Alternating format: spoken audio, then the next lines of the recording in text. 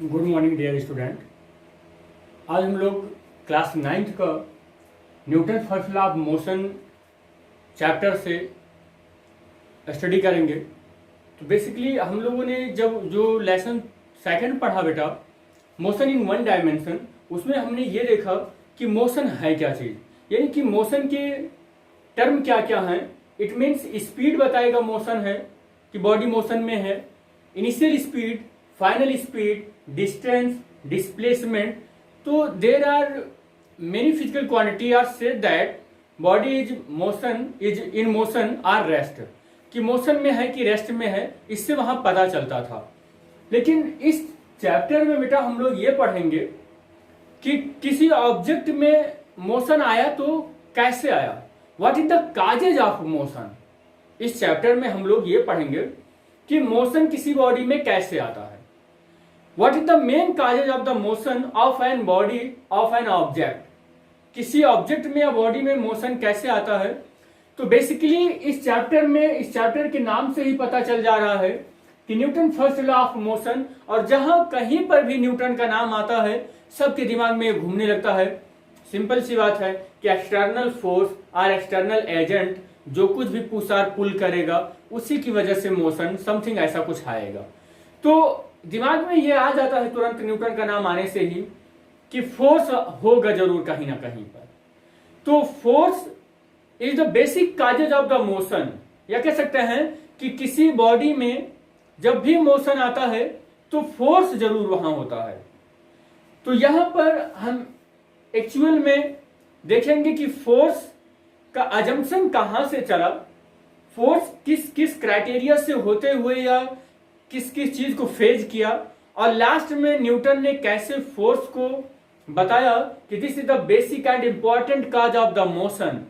तो ये पूरी हिस्ट्री हम लोग देखेंगे और फोर्स के टर्मिनोलॉजी को देखेंगे इस चैप्टर में कि वो क्या क्या दे सकता है, या फोर्स से हमारी बॉडी में की पोजीशन में क्या चेंजिंग आ सकती है और उससे क्या इवेंट हो सकता है।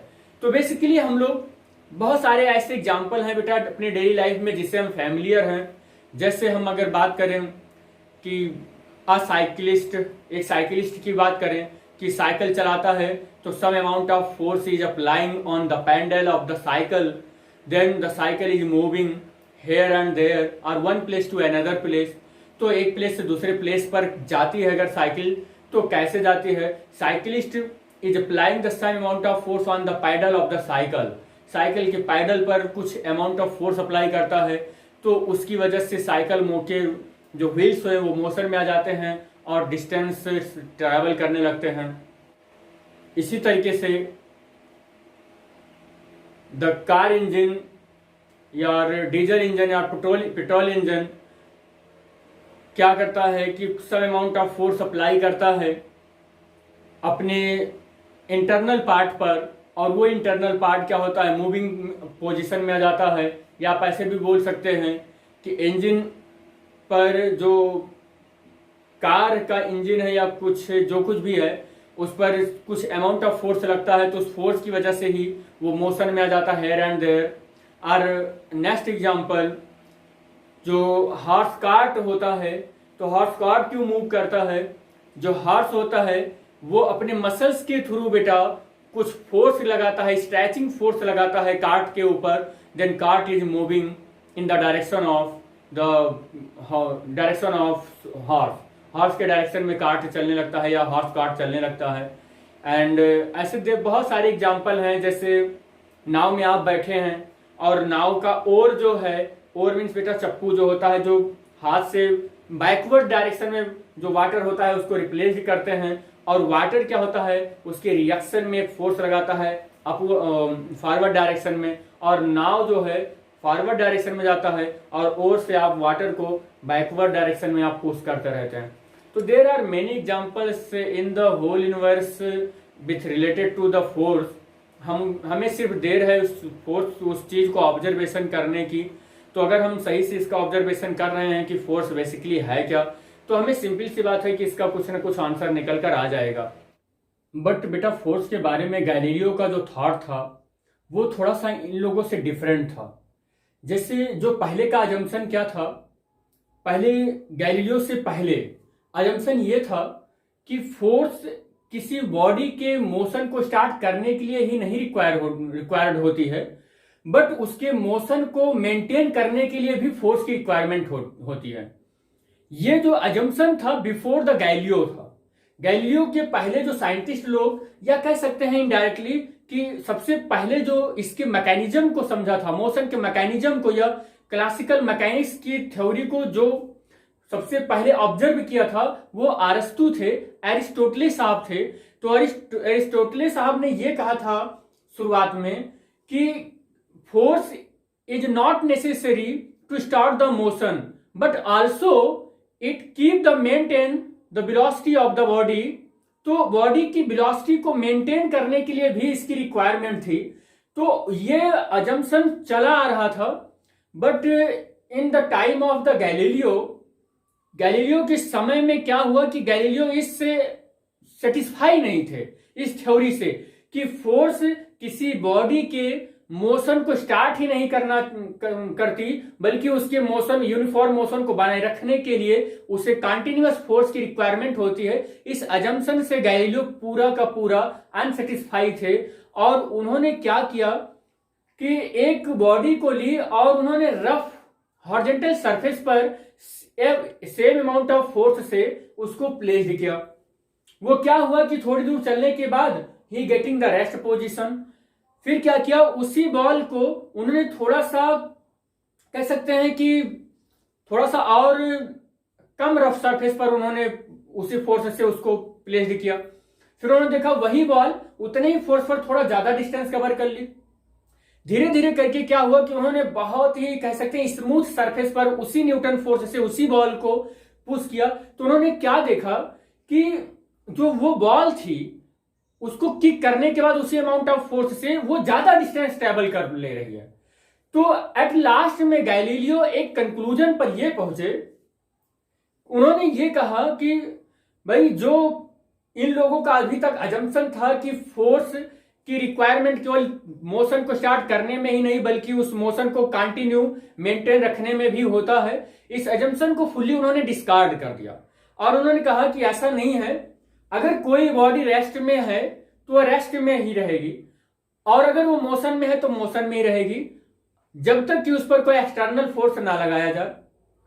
तो उन्होंने ये बताया और बताने के बाद प्रूव किया कि if we have two frictionless surface, अगर मेरे पास फ्रिक्शनलेस सरफेस है या एक्सटर्नल काजेज नहीं है मोशन को, कह सकते हैं, रेजिस्ट करने के लिए, या कह सकते हैं जो आपने बॉल पर मोशन दिया, फोर्स लगाया, उस फोर्स का रेजिस्ट करने के लिए उस बॉल के सरफेस और अर्थ के सरफेस के बीच कोई फ्रिक्शन नहीं लगा, तो जो फोर्स आपने उस बॉल को दिया है वो बॉल उसी फोर्स से टू कंटिन्यू वो मूव करता रहेगा। और कब तक मूव करता रहेगा?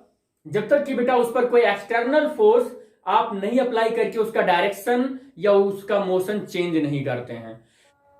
हाँ, एक बात और बेटा, गैलीलियो ने क्यों ये कहा कि मोशन को मेंटेन रखने के लिए एक्सटर्नल फोर्स की रिक्वायरमेंट नहीं पड़ती है, तो वो आपने देख लिया कि क्यों जरूर नहीं पड़ती है, क्योंकि जो फ्रिक्शन है या एक्सटर्नल काजेज है वो मोशन का अपोज कर रहे थे।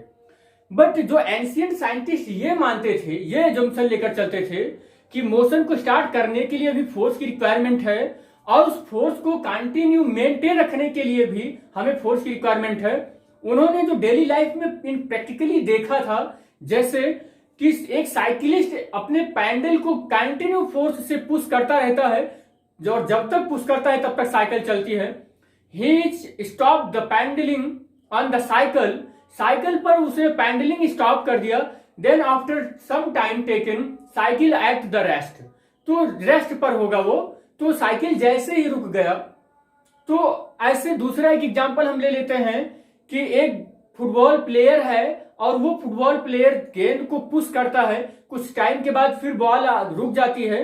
तो लोगों ने ऐसे ऑब्जर्वेशन को लिया था और इस ऑब्जर्वेशन को देखने के बाद ही एरिस्टोटले साहब या और साइंटिस्ट लोगों ने ये अजम्पशन लिया कि फोर्स की रिक्वायरमेंट मोशन को स्टार्ट करने में भी होती है और उस मोशन को कंटिन्यू बनाए रखने के लिए भी होती है। बट बाद में जब गैलीलियो साहब ने अपने प्रैक्टिकल को रिपीट किया अगेन एंड अगेन अलग अलग सरफेस पर, पहले रफ सरफेस पर फिर स्मूथ सरफेस पर, तो उन्होंने क्या देखा कि सेम अमाउंट ऑफ फोर्स पर अलग अलग बॉडी डिस्टेंस ट्रेवल कर रही है। और फिर लास्ट में उन्होंने कंक्लूजन क्या निकाला कि कोई बॉडी अगर रेस्ट में है तो रेस्ट में ही रहेगी until unless the external force is applying on the body, जब तक उस बॉडी पर एक एक्सटर्नल फोर्स ना अप्लाई किया जाए। और अगर कोई बॉडी मोशन में है तो मोशन में ही रहेगी, जब तक कि उस पर कोई एक्सटर्नल फोर्स ना अप्लाई किया जाए वो रुकेगी भी नहीं। और जब तक कि उस पर एक्सटर्नल फोर्स ना अप्लाई किया जाए वो उसी डायरेक्शन में चलती रहेगी जिस डायरेक्शन में उसे स्टार्टिंग में फोर्स देकर चलाया गया था। तो कुल मिला के उनके इस एनालिसिस से 2-3 रिजल्ट निकल कर आते हैं या 2-3 पॉइंट निकल कर आते हैं। उस पॉइंट को देखें बेटा क्या है। पहले तो उनके एजम्पशन को देखें। Newton's first law of motion heading है, उसमें गैलीलियो साहब का क्या एजम्पशन था, in the object it once set in the motion. अगर कोई ऑब्जेक्ट है और उसे मोशन के लिए हम प्रिपेयर करें या तैयार करें, moves with the uniform velocity, उसे मूव करवाएं यूनिफॉर्म वेलोसिटी से, if no force act on it moving with the uniform velocity, if no force act on it. तो अगर हम किसी सम अमाउंट ऑफ फोर्स से किसी बॉडी को हम चला दें तो उसके मोशन को कंटिन्यूअस यूनिफॉर्म वेलोसिटी को बनाए रखने के लिए बीच में कोई भी फोर्स देने की आवश्यकता नहीं है। ये हमारे क्या नाम गैलीलियो साहब ने कहा था। आगे क्या है, thus a body continue to move in the state of the rest और in the state of the uniform motion unless and the external force is applied on it. This is called the Galileo law of the inertia, और इसी को Galileo law of inertia बोला गया। इस पूरे theory का conclusion क्या बोलता है कि कोई भी बॉडी को मोशन स्टार्ट करने में जो फोर्स आपने दिया, बीच में उस मोशन को यूनिफॉर्मली मेंटेन रखने के लिए कोई भी फोर्स की रिक्वायरमेंट नहीं है। और आपने स्टार्टिंग में उसको जिस फोर्स को देकर मोशन स्टार्ट किया था जिस डायरेक्शन में, उसी पर्टिकुलर डायरेक्शन में वो बॉडी चलती रहेगी। बीच में जब तक कोई भी एक्सटर्नल फोर्स नहीं लगाएंगे वो अपने डायरेक्शन को चेंज करने वाली नहीं है। और इसी लॉ को बेसिकली क्या बोला गया कि this is the Galileo law of inertia. अब यहां पर इस एबव एक्सपेरिमेंट या इन दिस लाइन आर से दैट कुछ ये पॉइंट बोलते हैं, उन दोनों पॉइंट को देखें कि वो क्या इससे क्या कंक्लूजन निकल कर आता है। और बेटा गैलीलियो साहब के कंक्लूजन से ये 2 पॉइंट निकल कर आते हैं। फर्स्ट पॉइंट है, if the body is eight the rest it remains at rest unless a force is applied on it. एक कोई भी बॉडी होगी वो तब तक रेस्ट में रहेगी जब तक कि उस पर कोई भी एक्सटर्नल फोर्स ना अप्लाई किया जाए। इट मीन्स इसी तरीके से इसी का एक अपोजिट पॉइंट बनकर आएगा कि कोई भी बॉडी अगर मूव कर रही है तो तब तक मूव करती रहती है जब तक कि उस पर कोई एक्सटर्नल फोर्स ना लगाया जाए। इट मीन्स अगर कोई बॉडी मूव कर रही है इन अ सर्टेन डायरेक्शन, जब तक हम उस पर कोई एक्सटर्नल फोर्स ना लगाएं वो उसी डायरेक्शन में कंटिन्यूअस मूव करती रहेगी जब तक कि हम उस पर कोई एक्सटर्नल फोर्स ना लगाएं। In the this is the 2 point, या कह सकते this is the observation of the Galileo theory और गैलीलियो एक्सप्लेनेशन।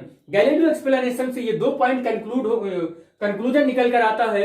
और इस कंक्लूजन से ही न्यूटन ने अपना एक बहुत ही स्पेशल और बहुत पॉपुलर थ्योरी दी जिसे हम लोग बोलते हैं Newton first law of motion. देखते हैं Newton first law of motion किस तरीके से डेवलप हुआ और न्यूटन साहब ने उसमें कौन कौन सी बातें की। By the observation of the Galileo के ऑब्जर्वेशन से न्यूटन ने क्या कंक्लूजन निकाला वो आपके सामने है इस तरीके से।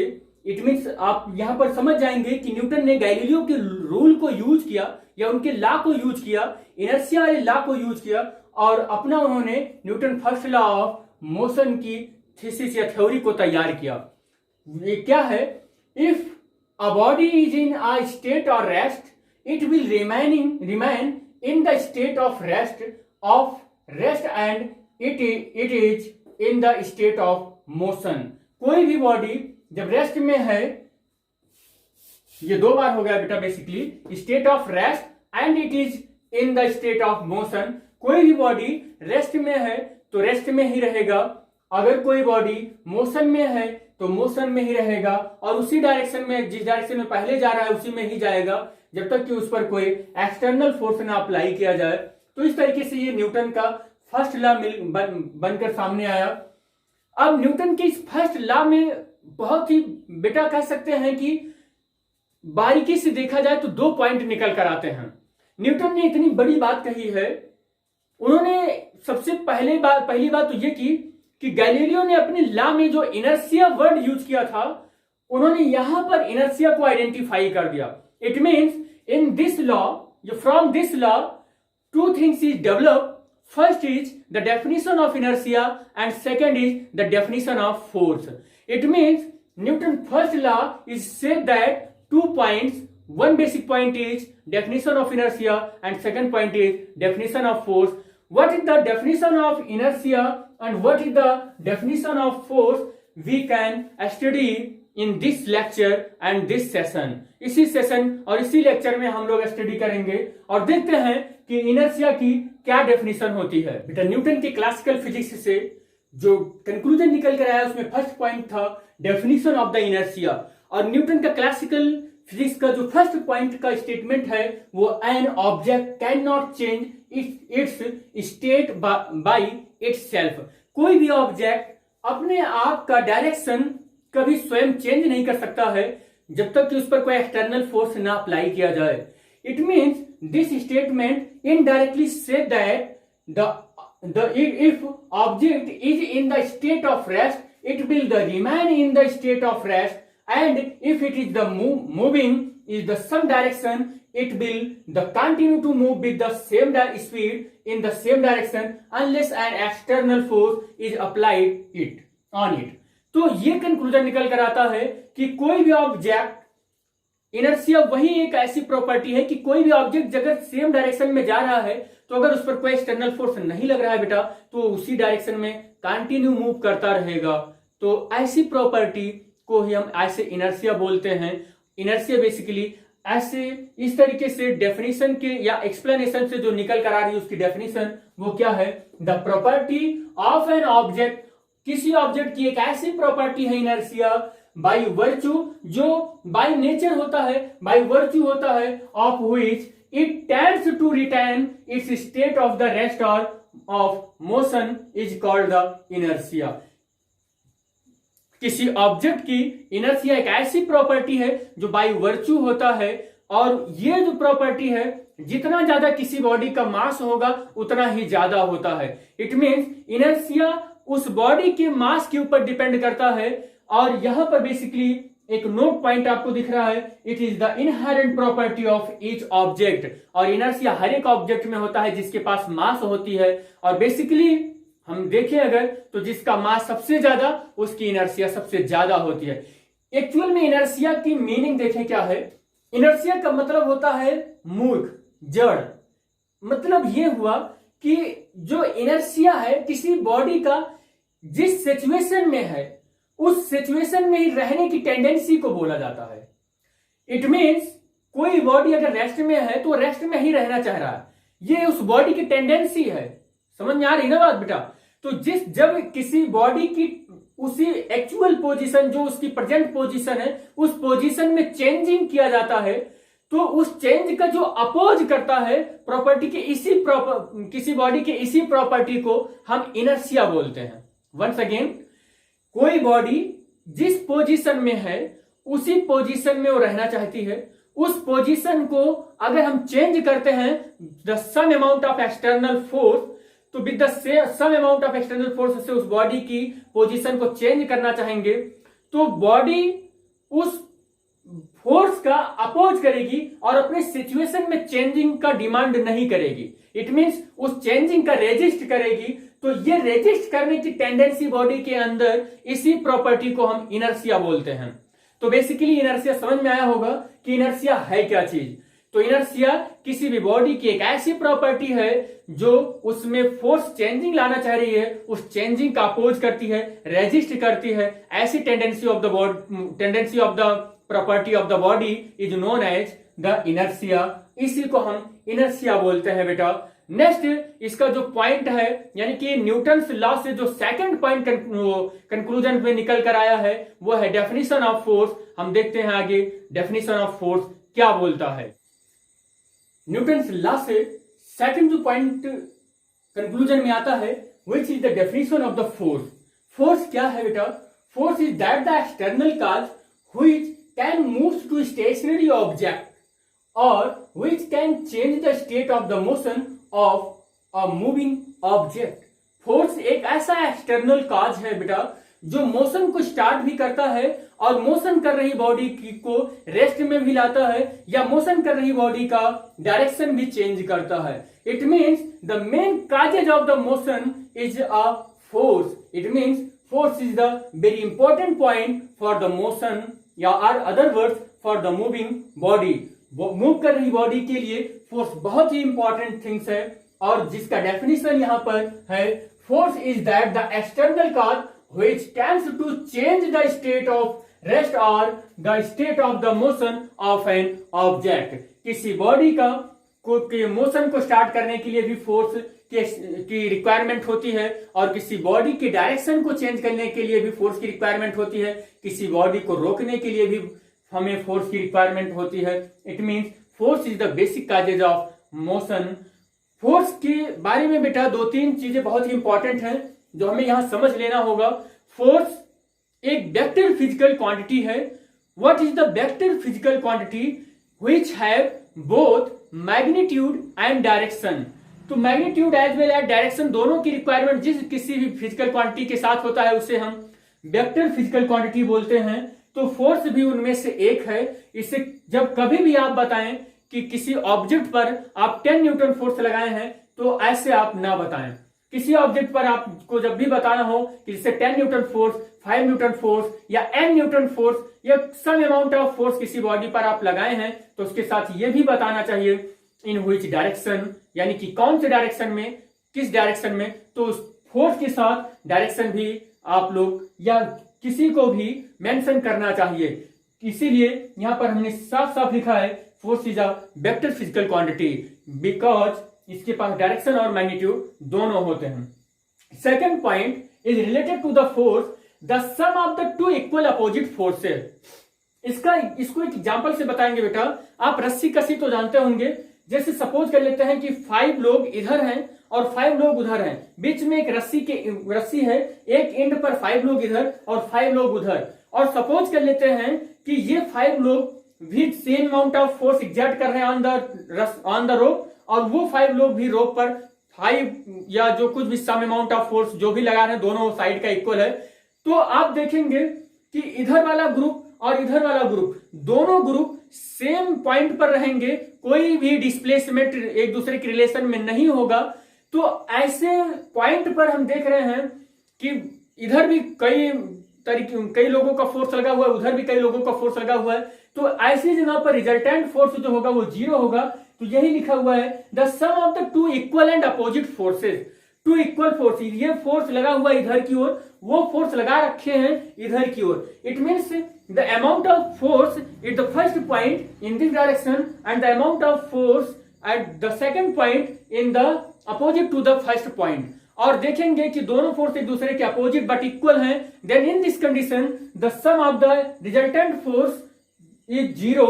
तो यहां पर ये सेकंड पॉइंट हो गया।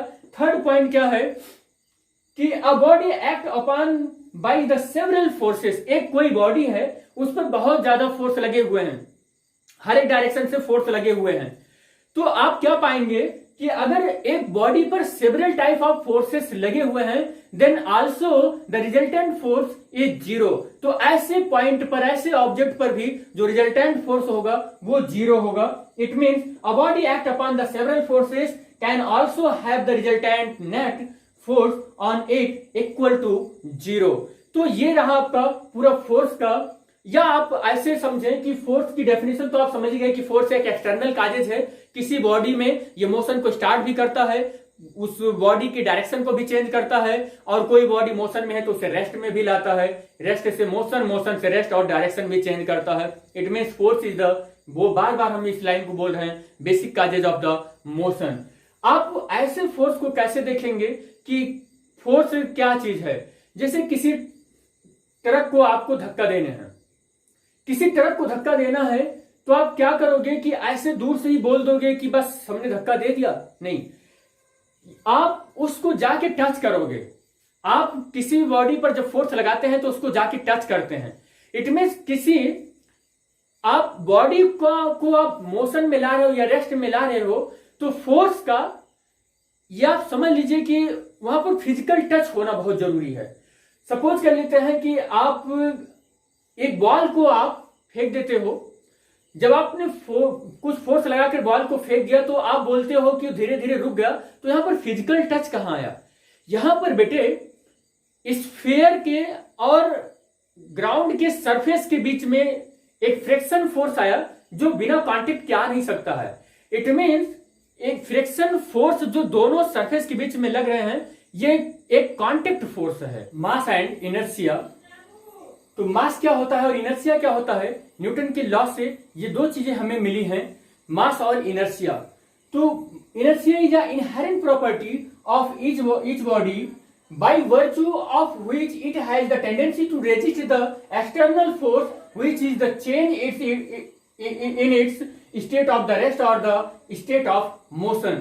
जो इनर्शिया है वो किसी बॉडी की इनहेरेंट प्रॉपर्टी है। इट मीन्स जब बॉडी बिल्डअप होती है, बाई नेचर जब बनती है, तभी तुरंत से वो इनर्शिया की प्रॉपर्टी लेकर आता है। इट मीन्स इनर्शिया हम ना तो किसी बॉडी में डाल सकते हैं, ना किसी बॉडी से इनर्शिया की प्रॉपर्टी निकाल सकते हैं। वो बाई वर्चू होता है, गॉड गिफ्टेड होता है। गॉड ने बनाया जब किसी बॉडी को तो इनर्शिया को साथ में उसी में इनबिल्ट कर दिया। और ये इनर्शिया की टेंडेंसी क्या होती है, it is resist to the external force which is change the actual position of the body. Body की एक्चुअल पोजीशन में जो चेंज करने की जो कैपेसिटी होती है एक्सटर्नल फोर्स में, उस एक्सटर्नल फोर्स को जो रेजिस्ट करे तो प्रॉपर्टी की किसी बॉडी की इस प्रॉपर्टी को हम इनर्शिया बोलते हैं। Second things is the property of inertia is the because of the mass of the body. Inertia जो है वो किसी बॉडी का कह सकते हैं कि मास से काउंट किया जाता है। या आप ऐसे समझ लें कि आपको एक ट्रक को धक्का देना है, सपोज कर लेते हैं 10 न्यूटन फोर्स से, और पता चलता है कि ट्रक 2 मीटर खिसक गया।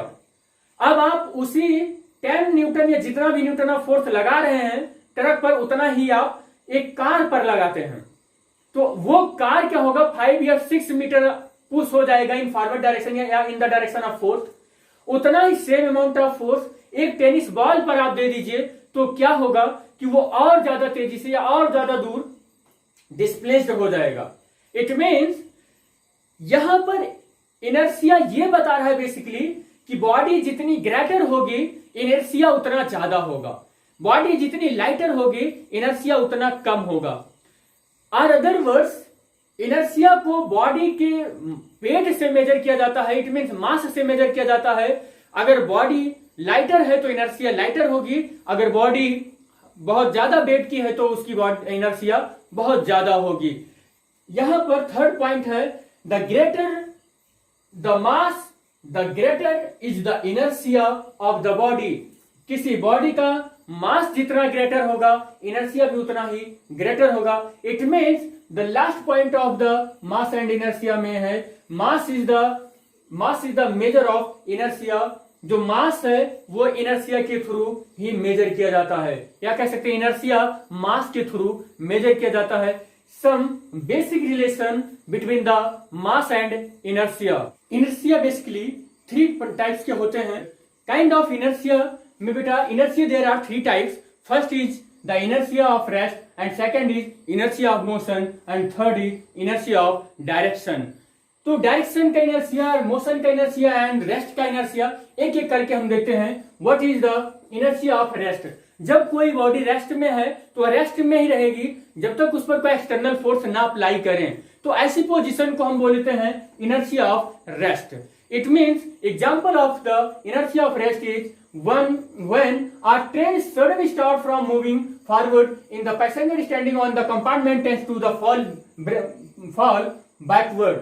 कंपार्टमेंट ट्रेन कोई है और वो इस प्लेटफॉर्म पर खड़ी है और उसकी कंपार्टमेंट में जो लोग हैं वो भी स्टैंडिंग फॉर्म में हैं, तो यहाँ पर जो कंपार्टमेंट में लोग हैं वो रेस्ट में हैं और सडनली जैसी ट्रेन चलती है वो बैकवर्ड डायरेक्शन में थोड़ा सा मूव कर जाते हैं। वो इसीलिए मूव करते हैं बेटा कि उनके साथ यही इनर्शिया का ही खेल है, इनर्शिया ऑफ रेस्ट है। बिकॉज ऑफ उनका पैर तो वो कांटेक्ट में है, जो चीज मोशन में है तो पैर तो ट्रेन के साथ मोशन में आ जाती है, बट बेटा जो अपर बॉडी है वो अभी भी मास की वजह से रेस्ट पोजीशन में ही है और इस रेस्ट पोजीशन में होने की वजह से वो अभी भी वो उसी पोजीशन में रहना चाहेगा।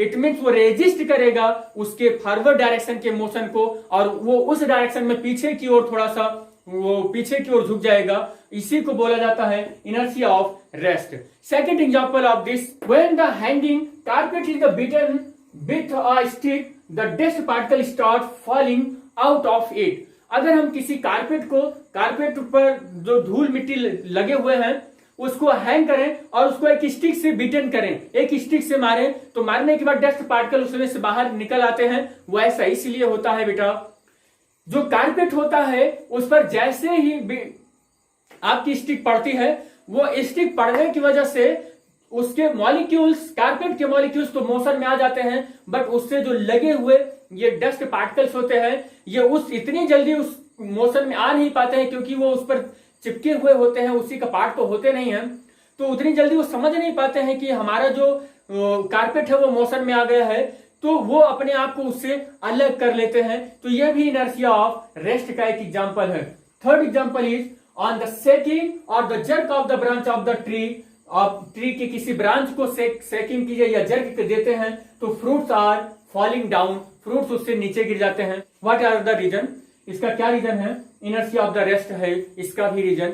कैसे इनर्शिया ऑफ रेस्ट है बेटा? जब आप जर्क करते हैं उसके ब्रांचेज को, तो जब उसके ब्रांचेज को जर्क करते हैं तो ब्रांच तो मोशन में आ जाता है क्योंकि आप डायरेक्ट उस पर फोर्स लगाते हैं, डायरेक्ट फिजिकल कांटेक्ट में है, बट जो फ्रूट्स हैं वो सम डिस्टेंस पर हैं, तो आपके फोर्स को डिस्ट्रीब्यूट होने में कुछ टाइम लग जाता है। इसकी वजह से ब्रांच तो डायरेक्टली मोशन में आ जाते हैं, बट फ्रूट्स अभी भी वो इनर्शिया की वजह से रेस्ट में ही रहते हैं, इसलिए वो जर्क की वजह से क्या हो जाता है? फॉल डाउन द फ्रूट्स से नीचे गिर जाते हैं। इसी सीरीज में सेकंड जो है inertia of the motion. Inertia of the motion क्या है बेटा?